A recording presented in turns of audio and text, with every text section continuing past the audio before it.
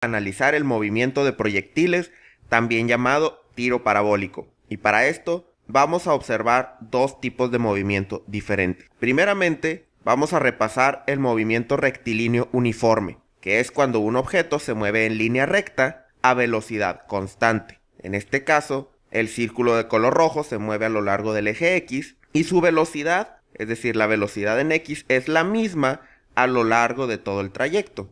Es decir, su velocidad inicial es la velocidad que lleva en todo el recorrido. Y como es un movimiento rectilíneo uniforme, entonces la velocidad es igual a la distancia sobre el tiempo.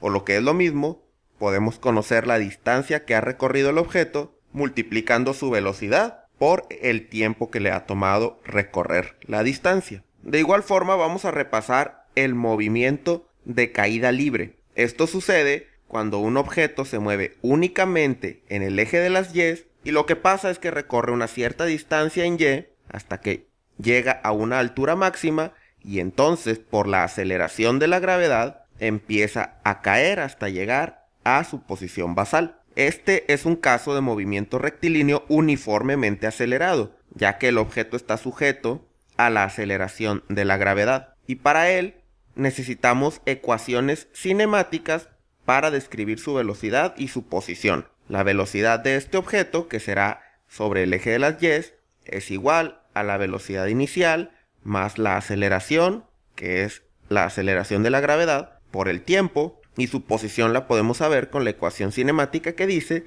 que la posición es igual a la posición inicial más la velocidad inicial por el tiempo más un medio de la aceleración por tiempo al cuadrado. Es importante recordar el movimiento rectilíneo uniforme sobre el eje X y el movimiento de caída libre, puesto que el tiro parabólico, que vemos ejemplificado con el círculo de color morado, es una combinación de ambos movimientos. Como podemos ver, el círculo morado recorre la misma distancia horizontal que el círculo rojo que se mueve en un movimiento rectilíneo uniforme y la misma distancia vertical que el círculo azul que está en caída libre. El movimiento de proyectiles es también llamado tiro parabólico, puesto que la trayectoria que describe un objeto que se mueve de esta forma es una parábola. Y como podemos observar, la componente en X del movimiento corresponde a un movimiento rectilíneo uniforme y la componente en Y a un movimiento de caída libre.